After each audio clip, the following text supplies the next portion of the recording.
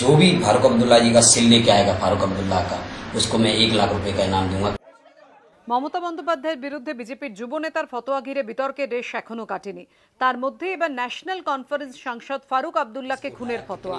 আর এই ফতোয়া দিয়েছেন আগ্রার বজরং দলের গোরক্ষা সেলের নেতা গোবিন্দ পরশর।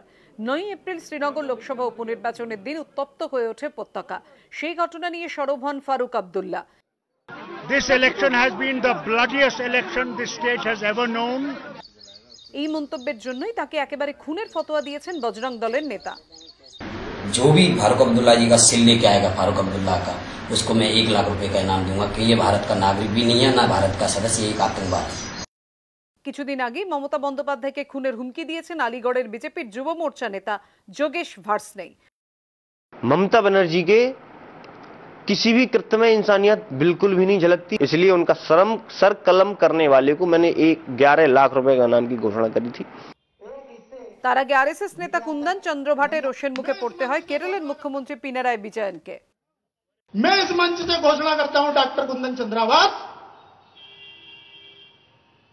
संपत्ति है मेरे पास इतनी, इसलिए घोषणा करने की हिम्मत कर रहा हूं।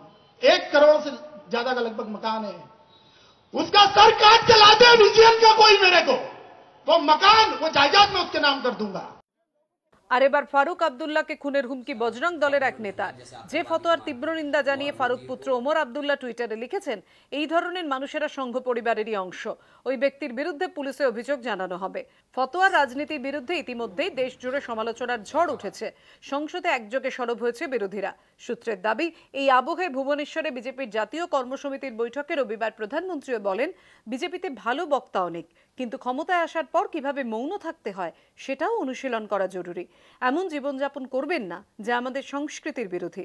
কিন্তু তারপরেও এই প্রবণতা থামার কোনো লক্ষণ নেই। এবিপি আনন্দ।